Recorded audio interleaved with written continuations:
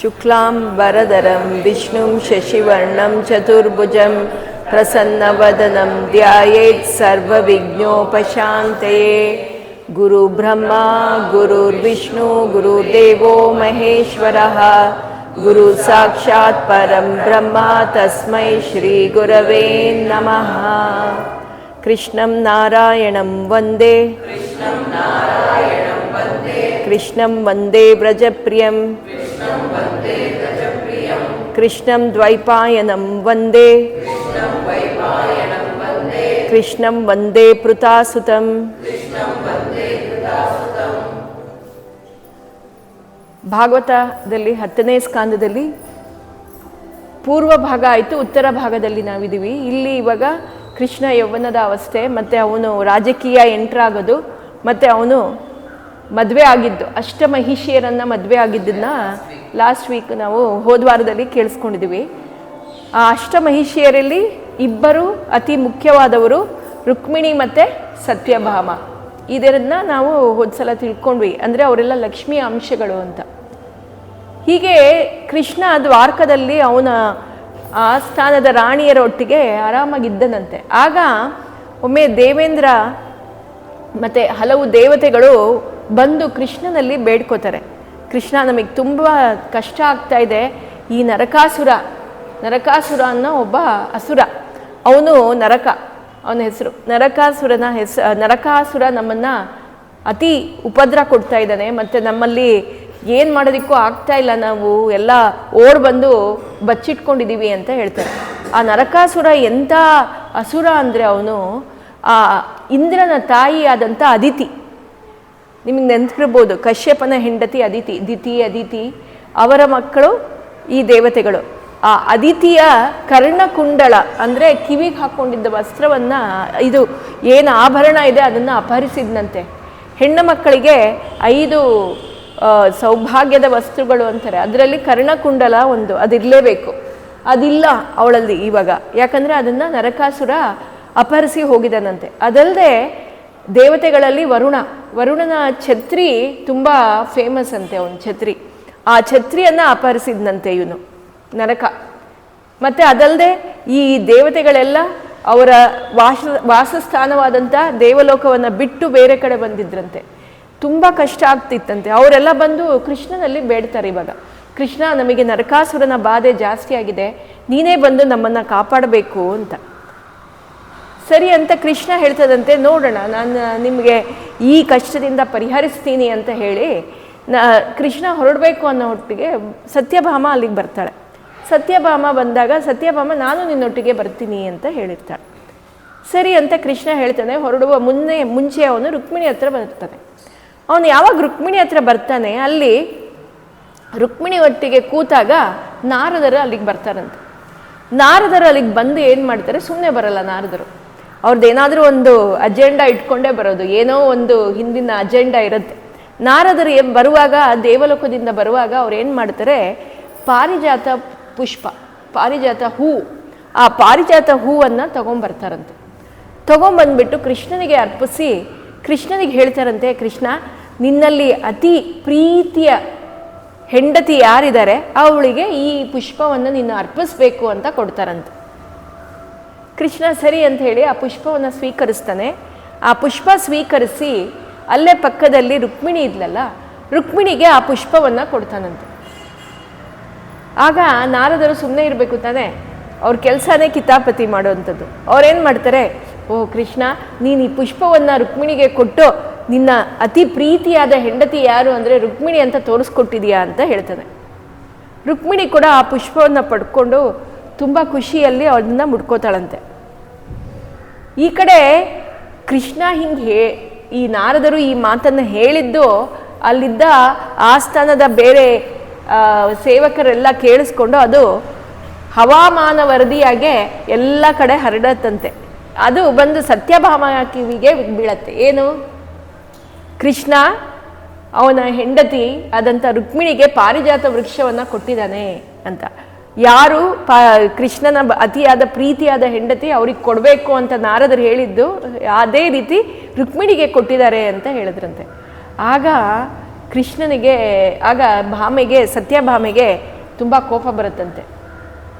So ನಮ್ಮೆಲ್ಲರಿಗಿಂತ Rukmini ಅವನಿಗೆ ಅತಿ ಪ್ರೀತಿ, ನಾನು ಯಾವುದಕ್ಕೂ ಲೆಕ್ಕ ಇಲ್ಲ ಅಂತ ಕೋಪ ಮಾಡಿಕೊಂಡು ಅವಳು ಕೋಪಾಗೃಹ, ನಿಮ್ಗೆ ನೆನಪಿರ್ಬೋದು ರಾಮಾಯಣ ಹೇಳಿದಾಗ ಮುಂಚಿನ ಕಾಲದಲ್ಲಿ ಸಂತೋಷ ಪಟ್ಟರೆ ಅದಕ್ಕೊಂದು ರೂಮು, ಕೋಪ ಪಟ್ಟರೆ ಅದಕ್ಕೊಂದು ರೂಮು, ಆ ರೀತಿ ಕೋಪಾಗೃಹಕ್ಕೆ ಹೊಟ್ಟೋದ್ಲಂತೆ ಸತ್ಯಭಾಮ. ಕೋಪಾಗೃಹ ಅಂದರೆ ಕೋಪ ಮಾಡ್ಕೊಂಡಾಗ ಆ ಮನೆಯಲ್ಲಿ ಇರಬೇಕು. ಯಾಕಂದರೆ ರಾಜನಿಗೆ ಗೊತ್ತಾಗಬೇಕು ಹೆಂಡತಿ ಯಾವಾಗ ಕೋಪದಲ್ಲಿದ್ದಾಳೆ, ಹೆಂಡತಿ ಯಾವಾಗ ಖುಷಿಯಲ್ಲಿದ್ದಾಳೆ ಅಂತ ಗೊತ್ತಾಗಬೇಕು ಅಂತ ಆ ಥರ ಕೋಪಾಗೃಹ, ಆಮೇಲೆ ಖುಷಿ ಆದಾಗ ಒಂದು ಮನೆ, ಒಂದು ರೂಮು, ಆ ರೀತಿ ಇತ್ತಂತೆ. ಇದು ನೋಡಿ ಕೃಷ್ಣ ಅಲ್ಲಿಂದ ಬರ್ತಾನೆ, ರುಕ್ಮಿಣಿಯ ಮನೆಯಿಂದ ಭಾಮೆ ಹತ್ರ ಬರ್ತಾನೆ. ಬಂದ್ಬಿಟ್ಟು ನೋಡ್ತಾನೆ, ಗೊತ್ತಾಗತ್ತೆ ಸತ್ಯಭಾಮೆ ಕೋಪಾಗೃಹದಲ್ಲಿದ್ದಾಳೆ. ಯಾಕೆ ಅಂತ ಗೊತ್ತಿರಲ್ಲ. ಆ ಸೇವಕಿಯರು ಹೇಳ್ತಾರೆ ಎಲ್ಲಿದ್ದಾಳೆ ಸತ್ಯಭಾಮ ಅಂತ ಕೇಳಿದಾಗ ಅವಳು ಕೋಪಾಗೃಹದಲ್ಲಿದ್ದಾಳೆ. ಸರಿ ಅಂತ ಕೃಷ್ಣ ಅಲ್ಲಿಗೆ ಹೋಗ್ತಾನಂತೆ. ಅಲ್ಲಿಗೆ ಹೋದಾಗ ಅಲ್ಲೊಂದು ಸೇವಕಿ ಬೀಸಣಿಗೆ ತಗೊಂಡು ಬೀಸ್ತಾ ಇರ್ತಾಳೆ ಸತ್ಯಭಾಮೆಗೆ. ಆ ಬೀಸಣಿಗೆ ಈಸ್ಕೊಂಡು ಕೃಷ್ಣ ಹೇಳ್ತಾನಂತೆ, ನಾನು ಬೀಸ್ತೀನಿ, ನೀನು ಹೋಗು ಇಲ್ಲಿಂದ ಅಂತ. ಆ ಬೀಸಣಿಗೆ ಈಸ್ಕೊಂಡು ಅವನು ಗಾಳಿ ಬೀಸ್ತಾ ಇರ್ತಾನಂತೆ ಸತ್ಯಭಾಮೆಗೆ. ಅವನು ಬೀಸ್ತಾ ಇದ್ದಾಗ ಇವಳು ಸತ್ಯಭಾಮೆಗೆ ಕೃಷ್ಣ ಬಂದಿದ್ದಾನೆ ಅಂತ ಗೊತ್ತಾಯಿತು. ಆದರೆ ಅಲ್ಲಿ ಕೂತಾಗ ಒಂದು ಸುಗಂಧಭರಿತ ಪರಿಮಳ ಬರುತ್ತಂತೆ. ಯಾಕೆ ಅಂದರೆ ಕೃಷ್ಣ ಪಾರಿಜಾತ ಪುಷ್ಪವನ್ನು ಮುಟ್ಟಿರ್ತಾನಲ್ಲ, ಅದಕ್ಕೆ ಆ ವಾಸನೆ ಇನ್ನೂ ಅವನಲ್ಲಿ ಹಾಗೆ ಉಳಿದಿರತ್ತಂತೆ. ನೋಡ್ಬಿಟ್ಟು ಇವಳು ಹೇಳ್ತಾಳಂತೆ, ಓ ನೀನೇನು ಗಾಳಿ ಬೀಸೋದು, ನಂಗೇನು ಗಾಳಿ ಬೀಸೋದು ಬೇಡ, ನೀನು ಹೋಗು ಅಂತ. ಯಾಕೆ ಮಾತಲ್ಲಿ ಮಾತ್ರ ಹೇಳೋದು, ನೀನೇ ನನ್ನ ಪ್ರೀತಿಯ ನನ್ನ ಪ್ರಾಣ, ನೀನೇ ನನ್ನ ಪ್ರೀತಿಯ ಹೆಂಡತಿ ಅದು ಅಂತೆಲ್ಲ ಹೇಳಿ, ಇವಾಗ ನೀನು ಯಾರ ಹತ್ರ ಇದೆಯೋ ಅಲ್ಲಿಗೆ ಹೋಗು ಅಂತ ಹೇಳ್ತಾಳಂತೆ. ಯಾರ ಹೆಸರು ಅಂತ ಹೇಳಲ್ಲ, ನೀನು ಬೇರೆಯವ್ರ ಹತ್ರನೇ ಹೋಗು ಅಂತ ಹೇಳ್ತಾಳಂತೆ. ಅದಕ್ಕೆ ಕೃಷ್ಣ ಹೇಳ್ತಾನಂತೆ, ಓ ಆ ಪಾರಿಜಾತ ವೃಕ್ಷಕ್ಕೋಸ್ಕರ ನೀನು ಕೋಪ ಮಾಡ್ಕೊಂಡಿರೋದಾ? ಏನಕ್ಕೆ ಈ ಕೋಪ ನಿನಗೆ? ಬರೀ ಆ ಪಾರಿಜಾತ ಪುಷ್ಪ ಯಾಕೆ, ನಾನು ನಿನಗೆ ಪಾರಿಜಾತ ವೃಕ್ಷವನ್ನೇ ತಂದು ಕೊಡ್ತೀನಿ ಅಂತ ಹೇಳ್ತಾನಂತೆ. ಆ ಮಾತು ಕೇಳಿ ಸತ್ಯಭಾಮೆಗೆ ಖುಷಿಯಾಗತ್ತಂತೆ. ಓಹ್ ಹೌದಾ, ನೀನು ನಂಗೆ ಪಾರಿಜಾತ ವೃಕ್ಷವನ್ನೇ ಕೊಡ್ತೀಯಾ ಅಂತ ಹೇಳಿ ಆವಾಗ ಅವಳ ಕೋಪವನ್ನು ತ್ಯಜಿಸ್ತಾಳಂತೆ. ತ್ಯಜಿಸಿ ಇವನ ಹತ್ರ ಮಾತಾಡ್ತಾಳಂತೆ. ಆವಾಗ ಕೃಷ್ಣ ಹೇಳ್ತದಂತೆ, ನೋಡು ದೇವತೆಗಳೆಲ್ಲ ಬಂದಿದ್ದಾರೆ, ನಾವು ದೇವತೆಗಳಿಗೆ ಪಾರು ಮಾಡಬೇಕು, ಅವ್ರ ಕಷ್ಟದಿಂದ ಪಾರು ಮಾಡಬೇಕು, ಹೋಗೋಣ ಅಂತ ಹೇಳಿ ಸತ್ಯಭಾಮೆಯನ್ನು ಕರ್ಕೊಂಡು ಆ ನರಕಾಸುರ ಎಲ್ಲಿರ್ತಾರೆ, ಪ್ರಾಗ್ ಜ್ಯೋತಿಷ್ಯ ನಗರ ಅಂತ. ಏನು ಪ್ರಾಗ್ ಜ್ಯೋತಿಷ್ಯ ನಗರ, ಆ ನಗರ ಹೆಂಗೆ ಸೃಷ್ಟಿ ಮಾಡ್ಕೊಂಡಿರ್ತಾನೆ ನರಕಾಸುರ ಅಂದರೆ, ಅದು ಹಿಮಾಲಯ ಆದಮೇಲೆ ಅಲ್ಲಿ ಬೇರೆ ಒಂದು ಜಾಗದಲ್ಲಿ ಮಾಡ್ಕೊಂಡಿರ್ತಾನೆ. ಅವನೇನು ಮಾಡಿರ್ತಾನೆ ಅಂದರೆ, ಅಲ್ಲಿಗೆ ಜನ ಬರಬೇಕು, ಅಲ್ಲಿಗೆ ಬಂದು ಅವನಿಗೆ ಅಟ್ಯಾಕ್ ಮಾಡಬೇಕು ಅಂದರೆ, ಅವನೊಟ್ಟಿಗೆ ಯುದ್ಧ ಮಾಡಬೇಕಂದ್ರೆ ಅವರು ಫಸ್ಟ್ ಆಫ್ ಆಲ್ ಹಿಮಾಲಯ ಹತ್ತಿ ಏರಿ ಅದನ್ನು ಇಳಿಬೇಕು. ಅದೇ ಕಷ್ಟ ಜನರಿಗೆ. ಅದಲ್ಲದೆ ಅದ್ರ ನೆಕ್ಸ್ಟ್ ಇದ್ದಿದ್ದು ಅಗ್ನಿಯ ಒಂದು ಬೆಟ್ಟ, ಆ ಅಗ್ನಿಯ ಬೆಟ್ಟವನ್ನು ಹತ್ತಬೇಕು. ಅದಾದಮೇಲೆ ವರುಣನ ಬೆಟ್ಟ ಅಂದರೆ ನೀರಿನ ಬೆಟ್ಟ ಥರ ಅದನ್ನು ಮಾಡಿರ್ತಾನಂತೆ. ಅದಲ್ಲದೆ ಒಂದು ಬರೀ ಅಸ್ತ್ರಗಳು, ಇದು ಚಾಕುಗಳ ಬೆಟ್ಟ, ಆ ಬೆಟ್ಟ ಮಾಡಿರ್ತಾನಂತೆ. ಅದನ್ನೆಲ್ಲ ಹಾರಿ ಆಮೇಲೆ ನರಕಾಸುರ ಎಲ್ಲಿದ್ದಾನೆ ಅಲ್ಲಿಗೆ ಹೋಗೋದಕ್ಕೆ ಆಗೋದು. ಈ ಕೃಷ್ಣ ಮತ್ತು ಸತ್ಯಭಾಮ ಗರುಡನ ಮೇಲೆ ಬರ್ತಾರೆ. ಕೃಷ್ಣ ಗರುಡನ ಅವನ ಇದು ಏನು ವೆಹಿಕಲ್ ಏನೋ ವಾಹನ ಯಾವುದು, ಅದು ಗರುಡ. ಆ ಗರುಡನನ್ನು ಕರೆದಿಗೆ ಗರುಡನ ಮೇಲೆ ಇಬ್ಬರು ಬರ್ತಾರಂತೆ. ಹಿಮಾಲಯ ದಾಟಿ ಬರ್ತಾರೆ. ಅಗ್ನಿಯ ಇದೇನು ಬೆಟ್ಟ ಇತ್ತು, ಅದಕ್ಕೆ ಅವನು ವರುಣನ ದೇವರನ್ನು ಕರೆದು ವರುಣಾಸ್ತ್ರವನ್ನು ಬಿಟ್ಟು ಆ ಅಗ್ನಿಯೆಲ್ಲ ಶಮನ ಮಾಡಿ ಆ ಬೆಟ್ಟವನ್ನು ದಾಟ್ತಾರೆ. ಹಾಗೆ ನೀರಿನ ಬೆಟ್ಟವನ್ನು ದಾಟ್ತಾರೆ. ಆ ಚಾಕುಗಳ ಏನು ಬೆಟ್ಟ ಇದೆ ಅದನ್ನೂ ದಾಟ್ತಾರೆ. ದಾಟಿ ಹೋದಾಗ ಅಲ್ಲಿ ಮುರ ಅಂತ ರಾಕ್ಷಸ, ಆ ರಾಕ್ಷಸ ಎಲ್ಲ ಇರ್ತಾರಂತೆ ಅಲ್ಲಿ. ಅವ್ರನ್ನ ಕೊಲ್ತಾನೆ. ಬೇರೆ ಇನ್ನು ಮುರ ಅಲ್ಲದೆ ಬೇರೆ ಇನ್ನು ಕೆಲವು ಸೇನಾಧಿಪತಿಗಳು ಅಲ್ಲಿರ್ತಾರೆ. ಆ ಮುರ ಅನ್ನೋ ರಾಕ್ಷಸನನ್ನು ಕೊಂದಿದ್ದಕ್ಕೆ ಕೃಷ್ಣನಿಗೆ ಮುರಾರಿ ಅಂತ ಹೆಸರು ಬಂದಿದ್ದಂತೆ. ಅಲ್ಲಿ ಮುರ ಅನ್ನೋ ರಾಕ್ಷಸನೊಟ್ಟಿಗೆ ಯುದ್ಧ ಮಾಡಿ ಮುರನಿಗೆ ಕೊಲ್ಲುತ್ತಾನೆ. ಆ ಮುರನಿಗೆ ಕೊಂದ ಮೇಲೆ ಮುರಾರಿ ಅಂತ ಹೆಸರು ಬರುತ್ತೆ. ಹೀಗೆ ಎಲ್ಲ ರಾಕ್ಷಸರನ್ನು ಕೊಂದು ಮುಂದೆ ನರಕಾಸುರನ ಹತ್ರ ಬರ್ತಾನೆ. ಇದೆಲ್ಲ ಇಲ್ಲಿ ತನಕ ನರಕಾಸುರನಿಗೆ ಗೊತ್ತಾಯಿತು. ನರಕಾಸುರ ಏನು ಮಾಡಿರ್ತಾನೆ, ಯಾವಾಗ ಇಂದ್ರನನ್ನು ಗೆದ್ದಿರ್ತಾನೆ, ಅಲ್ಲಿ ಇಂದ್ರಲೋಕದಲ್ಲಿ ಇದ್ದದ್ದ ಆ ದೇವಲೋಕದಲ್ಲಿ ಇದ್ದ ಅತಿಯಾದ ಅಮೂಲ್ಯವಾದ ಆಭರಣಗಳು, ವೈಢೂರ್ಯ, ವಜ್ರ ವೈಢೂರ್ಯ ಅವೆಲ್ಲ ಅವನು ತಂದಿಟ್ಕೊಂಡಿರ್ತಾನೆ. ಅದಲ್ಲದೆ ಅಲ್ಲಿದ್ದ ಬಿಳಿಯ ಆನೆಗಳು, 50 ಆನೆಗಳು, ಮತ್ತು ಎಲ್ಲ ಇಂದ್ರನಲ್ಲಿ ಏನಿತ್ತು ಅದನ್ನೆಲ್ಲ ಅವನು ಅಪಹರಿಸಿ ತಂದು ಇಲ್ಲಿಟ್ಟಿರ್ತಾನಂತೆ. ಕೃಷ್ಣ ಬಂದಿದ್ದು ಗೊತ್ತಾಗಿ ನರಕಾಸುರ ಏನು ಮಾಡ್ತಾನೆ, ಅವನು ಒಂದು ರಥದ ಮೇಲೆ ಏರಿ ಕೃಷ್ಣನನ್ನು ಕೊಲ್ಲೋದಿಕ್ಕೆ ಬರ್ತಾನೆ. ಅವನು ಹೇಗೆ ಬಂದಿರ್ತಾನೆ ಅಂದರೆ, ಈಗ ನಿಮ್ಗೆ ಗೊತ್ತಿದೆ, ಮುಂಚೆ ನಾವು ಕಾರಲ್ಲೆಲ್ಲ ಟಿಂಟೆಡ್ ಗ್ಲಾಸಸ್ ಹಾಕ್ತಾ ಇದ್ವಿ. ಆ ಟಿಂಟೆಡ್ ಗ್ಲಾಸ್ ಹಾಕಿದ್ರೆ, ಟಿಂಟೆಡ್ ಅಂದರೆ ಕಪ್ಪು ಬಣ್ಣದ ಇದು ಹಾಕಿರ್ತಾರಲ್ಲ, ಅದು ಹಾಕಿದ್ರೆ ಕಾರ್ ಒಳಗಡೆ ಯಾರಿದ್ದಾರೆ, ಯಾರು ಕೂತಿದ್ದಾರೆ, ಏನು ಮಾಡ್ತಾ ಇದ್ದಾರೆ ಅದು ನಮಗೆ ಕಾಣಲ್ಲ. ಹಾಗೆ ಕೃಷ್ಣ ಬರ್ತಾ ಇರೋದು ಗೊತ್ತಾಗಿ ಇವನು ನರಕಾಸುರ ಆ ಥರ ಒಂದು ರಥ ಸೃಷ್ಟಿ ಮಾಡ್ಕೊಂಡಿರ್ತಾನಂತೆ. ಏನು ಅಂದರೆ ರಥದಲ್ಲಿ ಕೂತು ಅವನು ಹೊರಗಡೆ ಏನಿದೆ ಅದನ್ನೆಲ್ಲ ನೋಡ್ಬೋದು, ಆದರೆ ಅವನು ಒಳಗಡೆ ಯಾರಿದ್ದಾರೆ, ಆ ರಥದಲ್ಲಿ ಯಾರಿದ್ದಾರೆ ಅದು ಬೇರೆಯವ್ರಿಗೆ ಕಾಣಲ್ಲ. ಅದು ಆವಾಗಿದ್ದ, ಇವಾಗ ನಾವು ಅದನ್ನು ಮಾಡಿದ್ವಿ, ಬಟ್ ಅದು ಸುಪ್ರೀಂ ಕೋರ್ಟು ಬ್ಯಾನ್ ಮಾಡ್ತು. ಯಾಕೆ? ಹೆಣ್ಮಕ್ಳಿಗೆ ಸೇಫ್ಟಿ ಇರಲ್ಲ ಅಂತ ಹೇಳಿ ಅದನ್ನು ಬ್ಯಾನ್ ಮಾಡಿ ಆ ಟಿಂಟೆಡ್ ಗ್ಲಾಸ್ ಮ್ಯಾನುಫ್ಯಾಕ್ಚರರ್ಗೆಲ್ಲ ತೊಂದರೆ ಆಯಿತು. ನಿಮ್ಗೆ ನೆನಪಿರ್ಬೇಕದು. ಹೀಗೆ ಕೃಷ್ಣ ಗೊತ್ತಾಗತ್ತೆ ಹೀಗೆ ನರಕಾಸುರ ಬಂದ ಅಂತ ಹೇಳಿ. ಆ ನರಕಾಸುರ ಅವನಲ್ಲಿದ್ದ ಅತಿಯಾದ ಪವರ್ಫುಲ್ ಅಸ್ತ್ರಗಳನ್ನೆಲ್ಲ ಬಿಡ್ತಾನಂತೆ. ಕೃಷ್ಣ ಹೇಗಿದ್ರೂ ಮುರಾರಿ, ಅವನು ಪುರುಷೋತ್ತಮ, ಮತ್ತು ಅವನಿಗೆ ಏನು ಮಾಡಬೇಕು ಅನ್ನೋದು ಗೊತ್ತು, ಪರಮಾತ್ಮ. ಆದ್ದರಿಂದ ಅವನು ಆ ನರಕಾಸುರನಿಗೆ ಯುದ್ಧ ಮಾಡಿ ನರಕಾಸುರನ ಶಿರವನ್ನು ಛೇದಿಸ್ತಾನಂತೆ. ಯಾವಾಗ ನರಕಾಸುರನ ಶಿರವನ್ನು ಛೇದಿಸ್ತಾನೆ, ಆವಾಗ ಎಲ್ಲ ದೇವತೆಗಳು ತುಂಬ ಸಂತೋಷದಿಂದ ಪುಷ್ಪವೃಷ್ಟಿಯನ್ನು ಮಾಡ್ತಾರಂತೆ ಕೃಷ್ಣನ ಮೇಲೆ. ಪುಷ್ಪವೃಷ್ಟಿ ಮಾಡಿ ಎಲ್ಲರೂ ಸಂತೋಷದಿಂದ ಕೃಷ್ಣನನ್ನು ನಮಸ್ಕಾರ ಮಾಡ್ತಾರೆ. ಆಗ ಈ ಭೂಮಿ ಯಾರು? ಭೂಮಿ ನರಕಾಸುರನ ಹೆಂಡತಿ. ಈ ಭೂಮಿ ದೇವತೆ ಬಂದ್ಬಿಟ್ಟು ಅವಳ ಮಗ ಆದಂಥ ಮಗನನ್ನೇ ಕರ್ಕೊಂಬರ್ತಾಳಂತೆ. ಅಂದರೆ ಅವಳ ಮಗ ಅಂದರೆ ನರಕಾಸುರನ ಮಗ. ಅವಳನ್ನ ಕರ್ಕೊಂಬಂದು ಕೃಷ್ಣನಿಗೆ ಅರ್ಪಿಸ್ತಾಳಂತೆ. ಭೂಮಿ ದೇವಿ ಸಾಕ್ಷಾತ್ ವರಹ ಅಂದರೆ ನರಕಾಸುರನ ಹೆಂಡತಿ ಅವಳು ಭೂಮಿ ದೇವಿ ಯಾರು? ಅವಳು ಸಾಕ್ಷಾತ್ ವರಾಹನ ಪುತ್ರಿ, ಅಂದರೆ ವರಾಹ ದೇವತೆಯ ಜೊತೆಯಲ್ಲಿದ್ದವಳು. ಅವಳು ಹೇಳ್ತಾಳಂತ, ಅವಳಿಗೆ ಯಾಕೆ ಈ ರೀತಿ ಮಗ ಹುಟ್ಟದ ಅಂತ ನಾವು ತಿಳ್ಕೊಬೋದು. ಅಂದರೆ ಭೂಮಿ ದೇವಿ, ನನ್ನ ಹೆಂಡತಿ ಅಂದರೆ ತಾಯಿ, ಭೂಮಿ ನರಕಾಸುರನ ತಾಯಿ. ಭೂಮಿ ಮತ್ತು ವರಾಹ ದೇವರ ಮಗ ನರಕಾಸುರ. ಆ ಭೂಮಿ ಅಂದರೆ ನಮ್ಗೆ ಗೊತ್ತಿರೋದು ಇನ್ನೊಂದು ಅಂಶ ಏನಂದರೆ ಅದು ಲಕ್ಷ್ಮೀ ಅಂಶ ಅಂತ. ಅವಳ ಮಗ ಯಾಕೆ ಈ ಥರ ಆದ ಅಂದರೆ, ಅದು ಭೂಮಿ ದೇವಿ ಎಲ್ಲರ ಜೀವನದಲ್ಲಿ ಚಂದ್ರಗ್ರಹ ಏನು ಮಾಡ್ತಾನೆ, ನಮಗೆ ಒಂದೊಂದು ಸಮಯದಲ್ಲಿ ಒಂದೊಂದು ಬುದ್ಧಿ ಕೊಡ್ತಾನೆ. ಅಂದರೆ ಒಂದ್ಸಲ ನಾವು ತುಂಬ ಸಾತ್ವಿಕ ಗುಣದಲ್ಲಿರ್ತೀವಿ, ಒಂದ್ಸಲ ತಾಮಸಿಕ ಗುಣದಲ್ಲಿರ್ತೀವಿ. ಇದೇ ರೀತಿ ಅವಳು ತಾಮಸಿಕ ಗುಣದಲ್ಲಿದ್ದಾಗ ಅವಳಿಗೆ ಹುಟ್ಟೋ ಮಗ ಇವನು. ಅದಕ್ಕೆ ಅವನು ಅಸುರನಾಗಿ ಇರ್ತಾನೆ. ಅವಳ ಮಗನನ್ನು ತಂದು ಕೊಡ್ತಾಳಂತೆ. ಕರ್ಕೊಂಬಂದು ಕೃಷ್ಣನಿಗೆ ಅರ್ಪಿಸಿ, ಆಮೇಲೆ ಆ ಅದಿತಿಯ ಕುಂಡಲ ಏನಿತ್ತು, ಅದಿತಿಯ ಕಿವಿಯ ಆಭರಣ ಏನಿತ್ತು ಅದನ್ನು ಅರ್ಪಿಸ್ತಾಳಂತೆ. ನೋಡು ನನ್ನ ಮಗ ಇದನ್ನು ನನಗೆ ತಂದು ಕೊಟ್ಟಿದ್ದ, ತಗೋ ಅಂತ ಕೊಡ್ತಾನಂತೆ. ಆಮೇಲೆ ಅದಲ್ಲದೆ ವರುಣನ ಛತ್ರಿ ಏನಿತ್ತು ಅದನ್ನು ಕೊಡ್ತಾಳಂತೆ. ಅದೆಲ್ಲ ದೇವತೆಗಳಿಗೆ ಇಂದ್ರ ಮತ್ತು ಅವನ್ನೆಲ್ಲ ಯಾರು ವರುಣ ಅಲ್ಲಿರ್ತಾರೆ ಅವರಿಗೆಲ್ಲ ಅದನ್ನು ಕೃಷ್ಣ ಅರ್ಪಿಸ್ತಾನಂತೆ. ಅರ್ಪಿಸಿ ನೋಡಿ, ಕೃಷ್ಣ ಪ್ರಾಗ್ಜ್ಯೋತಿಷ ನಗರ, ತುಂಬ ಸುಂದರವಾದ ನಗರ ಅಂತೆ, ಅದು ತುಂಬ ಚೆನ್ನಾಗಿತ್ತಂತೆ. ಆ ನಗರಕ್ಕೆ ಅವನೇ ಒಡೆಯನಾಗ್ಬೋದಿತ್ತು, ಆದರೆ ಅವನು ಒಡೆಯನಾಗಲ್ಲ. ಅವನೇನು ಮಾಡ್ತಾನೆ, ನನಗೆ ಈ ಒಡೆಯತ್ವ ಬೇಡ ಅಂತ ಹೇಳಿ ಆ ನರಕಾಸುರನ ಮಗನನ್ನೇ ಅಲ್ಲಿ ರಾಜ ಮಾಡ್ತಾನಂತೆ. ಅಲ್ಲಿ ರಾಜ ಮಾಡಿಬಿಟ್ಟು ಹೀಗೆ ಹೋಗೋಣ ಅಂತ ಹೇಳ್ತಾ ಇದ್ದಾಗ ಸತ್ಯಭಾಮೆ ಹೇಳ್ತಾಳಂತೆ, ಹೋಗ್ತಾ ಇದ್ದಾಗ ಬೆಟ್ಟದ ಆ ಪರ್ವತದ ಸುತ್ತಲೂ ತುಂಬ ಸುಂದರವಾಗಿತ್ತಂತೆ.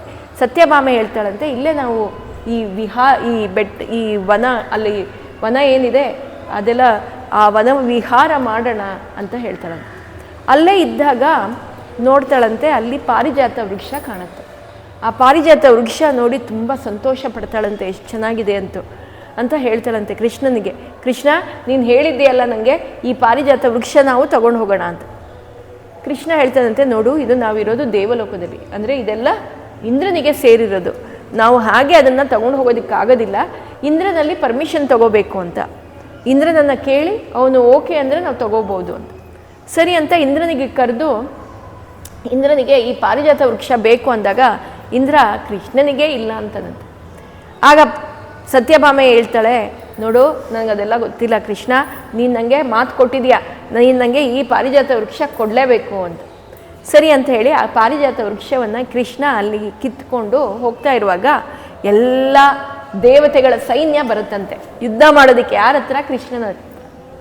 ಆಗ ಸತ್ಯಭಾಮೆ ಮುಂದೆ ಇರ್ತಾಳೆ. ಸತ್ಯಭಾಮೆ ಹೇಳ್ತಾಳಂತೆ, ನಾನೇ ಯುದ್ಧ ಮಾಡ್ತೀನಿ ಅಂತ ಹೇಳಿ ಕುಬೇರನೊಟ್ಟಿಗೆ ಅವಳು ಯುದ್ಧ ಮಾಡ್ತಾಳಂತೆ. ಕುಬೇರನೊಟ್ಟಿಗೆ, ಈಶಾನ ದಿಕ್ಕಿನ ರಾಜ ಅವನೊಟ್ಟಿಗೆ ಯುದ್ಧ ಮಾಡ್ತಾಳಂತೆ.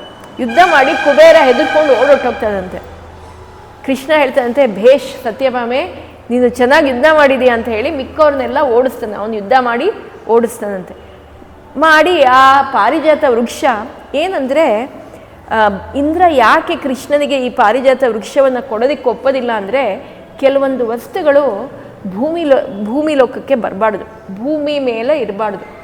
ಹಾಗೆ ಕೃಷ್ಣ ಅದನ್ನು ಇಂದ್ರನಿಗೆ ಕೊಟ್ಟು ನೀನು ಕಾಪಾಡಬೇಕು ಅಂತ ಹೇಳಿರ್ತಾನೆ. ಹಾಗೆಯೇ ಈ ದೇವರ ಆಜ್ಞೆಯನ್ನೇ ಪಾಲಿಸ್ತಾ ಇದ್ದಿದ್ದು ಇಂದ್ರ, ಬೇರೆ ಇನ್ನೇನೂ ಇಲ್ಲ. ಆದರೆ ಈ ಪಾರಿಜಾತ ವೃಕ್ಷವನ್ನು ತಂದು ಇಡ್ತಾನೆ. ಆಗ ಇಂದ್ರ ಬಂದು ಹೇಳ್ತಾನಂತೆ, ಕೃಷ್ಣ ನಾನು ಅದನ್ನು ತಡೆದಿದ್ದು ಯಾಕೆ ಅಂದರೆ ನಿನ್ನ ಆಜ್ಞೆಯಂತೆ ನಾನು ತಡೆದಿದ್ದು ಅಂತ. ಆಗ ಕೃಷ್ಣ ಹೇಳ್ತಾನಂತೆ, ಏನು ಯೋಚನೆ ಮಾಡಬೇಡ, ನಾನು ಈ ಭೂಲೋಕದಲ್ಲಿ ಎಷ್ಟು ದಿವಸ ಇರ್ತೀನಿ ಅಲ್ಲಿ ತನಕ ಮಾತ್ರ ಈ ಪಾರಿಜಾತ ವೃಕ್ಷ ಇಲ್ಲಿರುತ್ತೆ, ಇಲ್ಲ ಅಂದರೆ ಅದು ಇಲ್ಲಿ ಇರೋದಿಲ್ಲ, ನನ್ನೊಟ್ಟಿಗೆ ಅದು ವಾಪಸ್ ಬಂದುಬಿಡತ್ತೆ ಅಂತ. ಆದರೆ ಅದರ ಒಂದು ಅಂಶ, ಪಾರಿಜಾತದ ಒಂದು ಅಂಶ ಕೃಷ್ಣ ಯಾವಾಗ ದ್ವಾರಕಾ ನಗರ ಸೃಷ್ಟಿ ಮಾಡಿರ್ತಾನೆ ಆಗಲೇ ಒಂದು ಅಂಶ ಬಂದಿರತ್ತಂತೆ ಅದು. ಮತ್ತು ಈಗ ಕೃಷ್ಣ ಅದು ಸಂಪೂರ್ಣವಾಗಿ ಇಲ್ಲಿ ತಂದಿದ್ದಾನೆ.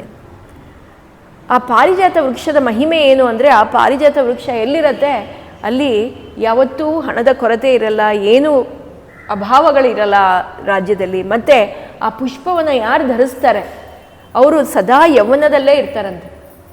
ಆ ಪುಷ್ಪದ ಸಮೂಹದಲ್ಲಿರೋರು ಯಾವಾಗಲೂ ಯೌವನವಾಗೇ ಇರ್ತಾರೆ ಅಂತ. ಅದೇ ಆ ವಿಶೇಷತೆ. ಈಗ ನಾವು ಕಾಣೋಲ್ಲ ಪಾರಿಜಾತ ವೃಕ್ಷ, ಅದು ಬೇರೆ.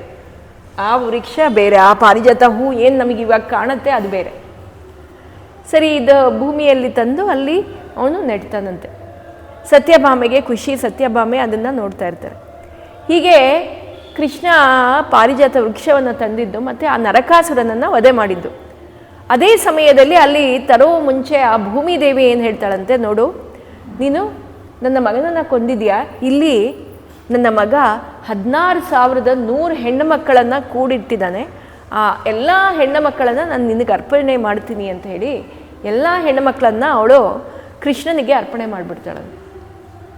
ಕೃಷ್ಣ ಆವಾಗ ಆ ಹೆಣ್ಣು ಮಕ್ಕಳನ್ನೆಲ್ಲ ದ್ವಾರಕಾನಗರಕ್ಕೆ ಕಳಿಸ್ತಾನಂತೆ. ಇನ್ನೂ ಮದುವೆ ಆಗಿಲ್ಲ, ದ್ವಾರಕಾನಗರಕ್ಕೆ ಕಳಿಸ್ತಾನೆ.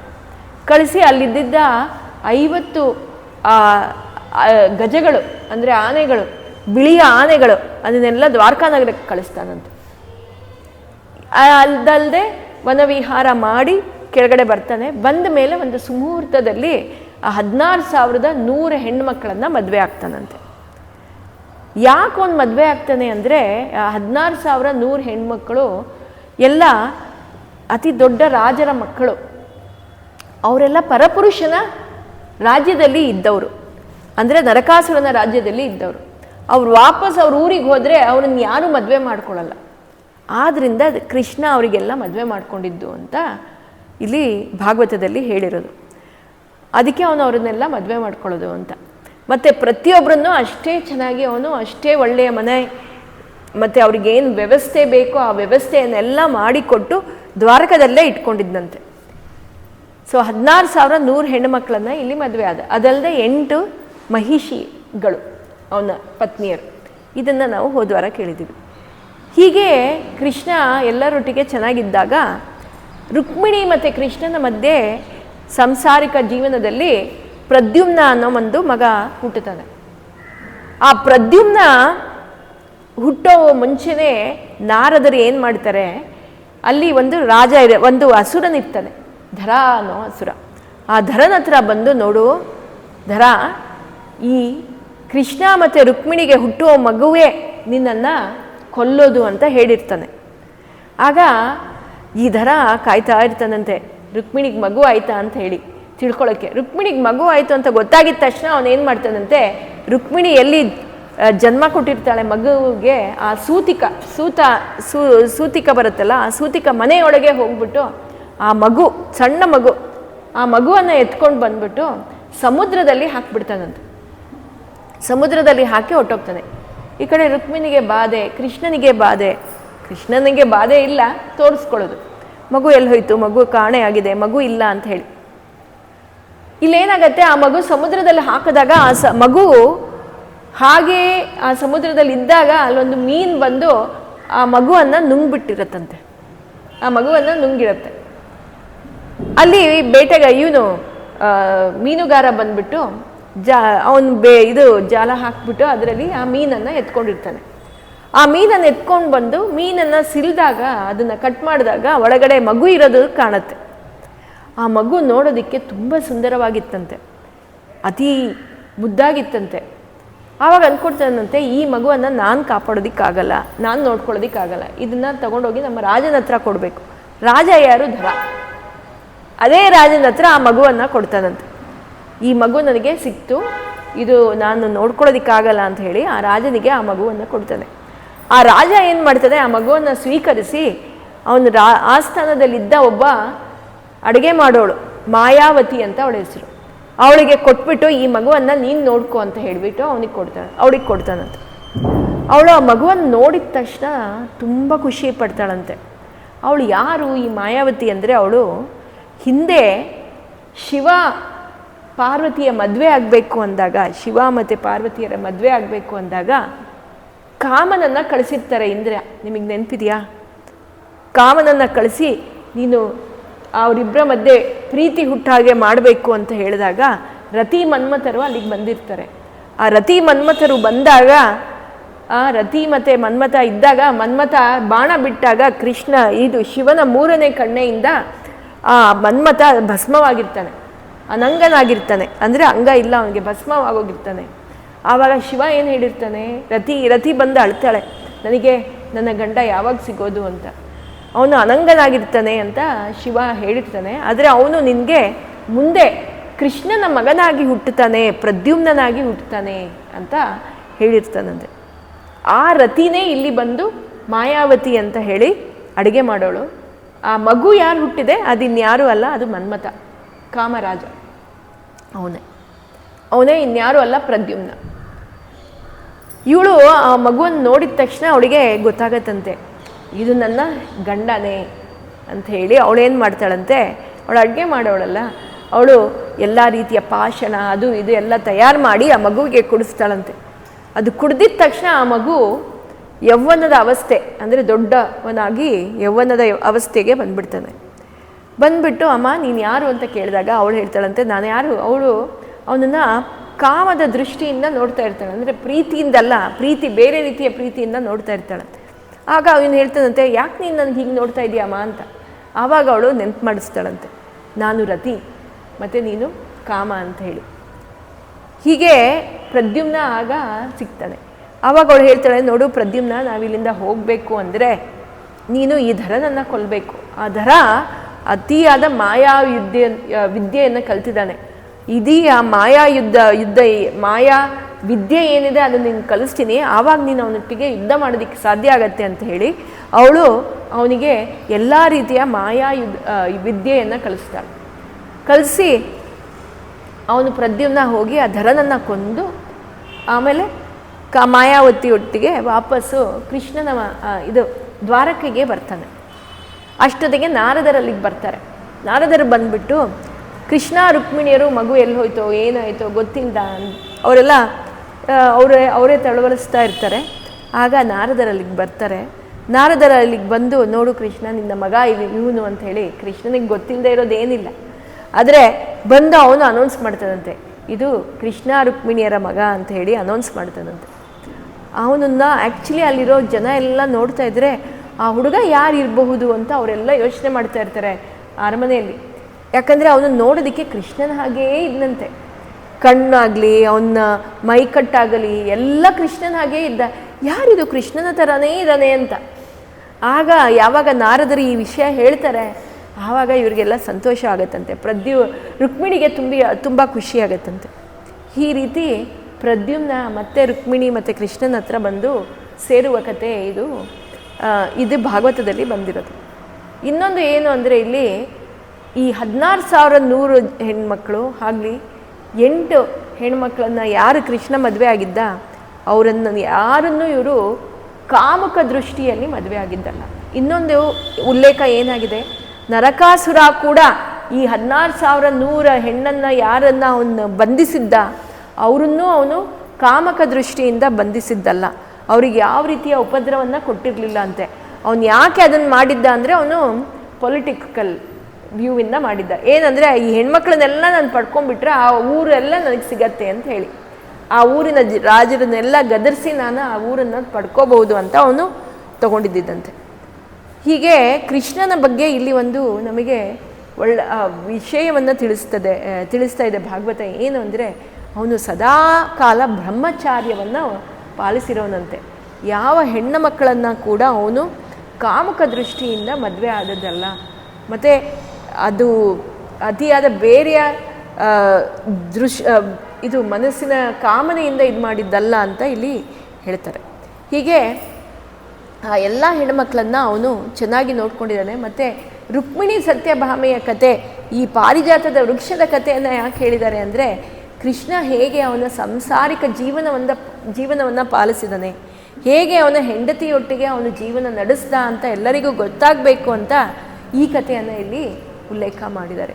ಇದು ಪರೀಕ್ಷಿತ್ ರಾಜ ಅಲ್ಲಿ ಶುಕಮುನಿಗಳಿಗೆ ನೆನಪಿರ್ಬೋದು. ಶುಕಮುನಿಗಳು ಭಾಗವತ ಕಥೆಯನ್ನು ಪರೀಕ್ಷಿತ್ ರಾಜನಿಗೆ ಹೇಳ್ತಾ ಇರೋದು. ಯಾಕೆ? ಪರೀಕ್ಷಿತನಿಗೆ 7 ದಿವಸದಲ್ಲಿ ಸಾವು. ಆ ಸಾವಿಂದ ಅವನು ಸಾವೆಲ್ಲ ಹೇಗೆ ಸ್ವೀಕರಿಸೋದು ಮತ್ತು ಮುಕ್ತಿ ಹೇಗೆ ಪಡೆಯೋದಕ್ಕೋಸ್ಕರ ಭಾಗವತ ಕಥೆಯನ್ನು ಹೇಳ್ತಾ ಇರೋದು ಶುಕಮುನಿಗಳು. ಈ ಡೌಟ್ ಕೂಡ ಪರೀಕ್ಷಿತಿಗೆ ಇರುತ್ತೆ. ಅವನು ಕೇಳಿರೋದು 16,000 ಹೆಣ್ಮಕ್ಕಳೆಲ್ಲ ಮದುವೆ ಆಗಿರೋದು ಯಾಕೆ, ಅವನಿಗೆ ಕಾಮುಕ ದೃಷ್ಟಿ ಇತ್ತ ಅಂತೆಲ್ಲ ಕೇಳಿದ್ದಕ್ಕೆ ಇದು ಶುಕಮುನಿಗಳು ಇಲ್ಲಿ ಹೇಳಿರೋದು.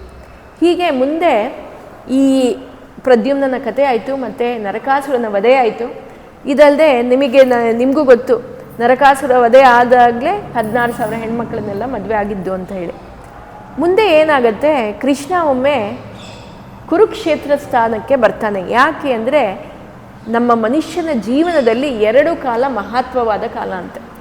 ಎಲ್ಲ ಮನುಷ್ಯರಿಗೂ 2 ಕಾಲ ಮಹತ್ವವಾದ ಕಾಲ. ಒಂದು ಏನು ಅಂದರೆ ಗ್ರಹಣದ ಕಾಲ, ಇನ್ನೊಂದು ಮೃತ್ಯುವಿನ ಕಾಲ. ಗ್ರಹಣ ಕಾಲ ಅಂದರೆ ಗ್ರಹಣ ಯಾವಾಗ ಹಿಡಿಯುತ್ತೆ ಆ ಸಮಯದಲ್ಲಿ ನಾವು ಎಷ್ಟು ಸಾಧನೆ ಮಾಡ್ತೀವಿ ಅಷ್ಟು ನಮಗೆ ಅದರ ಫಲ ಸಿಗತ್ತಂತೆ. ಅದಕ್ಕೆ ಮಂತ್ರವಾದಿಗಳಿಗೆ ಇದರ ಮಹತ್ವ ಚೆನ್ನಾಗಿ ಗೊತ್ತು. ಅವರ ಮಂತ್ರ ಸಿದ್ಧಿ ಆಗಲಿ ತಂತ್ರ ಸಿದ್ಧಿ ಆಗೋದಕ್ಕೆ ಈ ಸಮಯದಲ್ಲೇ ಅವರು ಜಾಸ್ತಿ ಮಂತ್ರ ಜಪ ಎಲ್ಲ ಮಾಡ್ತಾರಂತೆ. ಮತ್ತು ಎಂಥವರೇ ಆಗಲಿ ಅವ್ರ ಮನೆಯಲ್ಲಿ ಸೂತಕವಿದ್ದರೂ ಗ್ರಹಣ ಕಾಲದಲ್ಲಿ ಅವ್ರು ಏನು ಬೇಕಿದ್ರೂ ಮಾಡ್ಬೋದು ಅಂತ ಇದೆ. ಮತ್ತು ಹೆಣ್ಮಕ್ಳು ಅವರಿಗೆ ಮುಟ್ಟಿನ ಪ್ರಾಬ್ಲಮ್ ಇದ್ದರೂ ಆ ಗ್ರಹಣ ಕಾಲದಲ್ಲಿ ಅವ್ರನ್ನ ಸ್ನಾನ ಮಾಡಿಕೊಂಡು ಮಂತ್ರ ಜಪ ಏನು ಸಿದ್ಧಿ ಬೇಕಿದ್ರೂ ಮಾಡ್ಬೋದು ಅಂತ ಇದು ಭಾಗವತದಲ್ಲ, ಹರಿವಂಶದಲ್ಲಿ ಬರೆದಿರೋದು. ಭಾಗವತದ ಇದು ಏನಿದೆ ಅದರಲ್ಲಿ ಕೊಟ್ಟಿದ್ದಾರೆ, ಮಾಡ್ಬೋದು ಅಂತ. ಅದಕ್ಕೆ ಎಲ್ಲರೂ ಗ್ರಹಣ ಕಾಲವನ್ನು ಕಾಯ್ತಾ ಇರ್ತಾರೆ. ಆ ಸಮಯದಲ್ಲಿ ಎಷ್ಟು ಬೇಕೋ ಅಷ್ಟು ಸಾಧನೆ ಮಾಡ್ಬೋದು. ಮತ್ತು ಆ ಸಮಯದಲ್ಲಿ ನದಿ ಸ್ನಾನಕ್ಕೆ ಹೋಗಿ ನದಿ ತೀರಕ್ಕೆ ಹೋಗಿ ಸ್ನಾನ ಮಾಡ್ತಾರೆ. ನದಿ ಸ್ನಾನ ಶ್ರೇಷ್ಠ ಅಂತ ಹೇಳಿ ಆ ಸಮಯಕ್ಕೆ ನದಿ ಸ್ನಾನಕ್ಕೆ ಹೋಗ್ತಾರೆ. ಈ ರೀತಿ ಕುರುಕ್ಷೇತ್ರಕ್ಕೆ ಎಲ್ಲ ಯಾದವರನ್ನು ಕರ್ಕೊಂಡು ಕೃಷ್ಣನು ಹೋಗ್ತಾನಂತೆ ಸ್ನಾನ ಮಾಡೋದಕ್ಕೆ. ಎಲ್ಲ ಯಾದವರು ಅಲ್ಲಿ ಕುರುಕ್ಷೇತ್ರದಲ್ಲಿ 5 ನದಿಗಳ ಸಂಗಮ ಇತ್ತಂತೆ. ಅದಕ್ಕೆ ಆ ಜಾಗಕ್ಕೆ ಹೋಗಿರುತ್ತೆ. ಈಗ ಅಲ್ಲಿ 5 ನದಿಗಳು ಕಾಣಲ್ಲ, 3 ನದಿಗಳ ಸಂಗಮ ಇದೆ ಅಂತ ಹೇಳ್ತಾರೆ. 2 ಸಂಗಮ ಇದೆ ಅಂತ ಹೇಳ್ತಾರೆ. ಇಲ್ಲಿ ಏನು ನಡೆಯುತ್ತೆ, ಇಲ್ಲಿ ಯಾರನ್ನು ಭೇಟಿ ಆಗ್ತಾನೆ, ಅಲ್ಲಿ ಏನಾಗತ್ತೆ ಅನ್ನೋದನ್ನು ನಾವು ಮುಂದಿನ ವಾರದಲ್ಲಿ ಕೇಳೋಣ. ಇವತ್ತಿನ ಕತೆ ಮುಗಿಸೋಣ. ಹರೇ ಹರೇ ಮೇ ಹರ ಪಾತಕಾನಿ ಹರೇ ಹರೇ ಮೇ ಕುರು ಮಂಗಳಾನಿ ಹರೇ ಹರೇ ಮೇ ತವ ದೇಹಿ ದಾಸ್ಯಂ ಹರೇ ಹರೇ ಮೇ ತವ ಭಕ್ತಿರಸ್ತು ಹರಯೇ ನಮಃ ಹರಯೇ ನಮಃ.